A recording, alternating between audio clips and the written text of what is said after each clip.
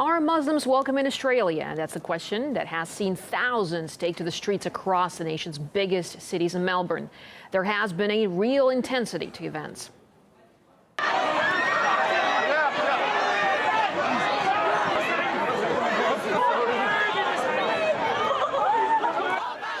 Anti-Islamic activists marched with banners saying no Sharia law and stop Islamic terrorism. They faced off against anti-racist and anti-fascist, calling for tolerance and the right to religious diversity.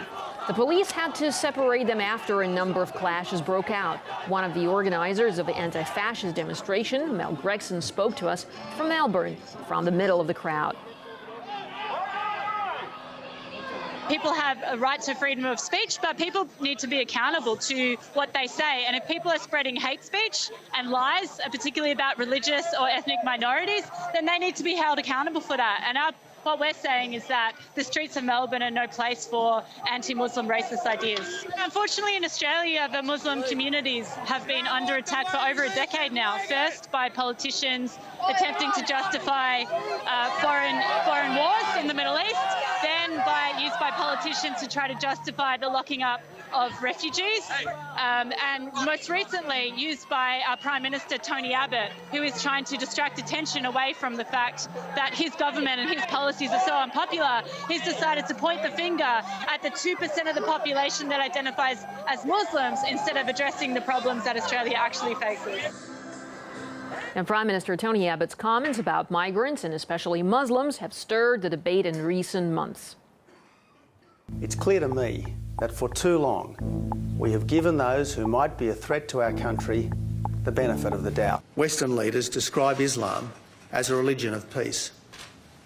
I wish more Muslim leaders would say that more often and mean it.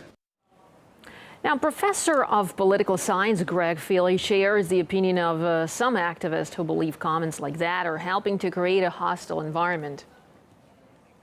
Although they claim it's to protect an Australian way of life, their vision of that way of life is very much an Anglo-centric one, and it's one that often quite specifically rejects the role of Muslims in Australia. They often link the Muslim community to radicalisation. And so whatever the organisers call this demonstration, I think it's right to see it as in some way racist and anti-Muslim.